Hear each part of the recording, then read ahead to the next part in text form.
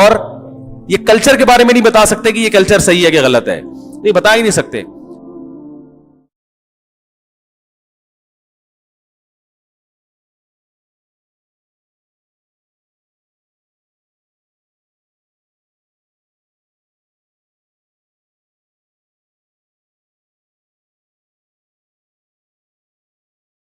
پاس کروڑوں روپے ہے لیکن اس کے گردے فیل ہو چکے ہیں, تو کس کام کا ہے؟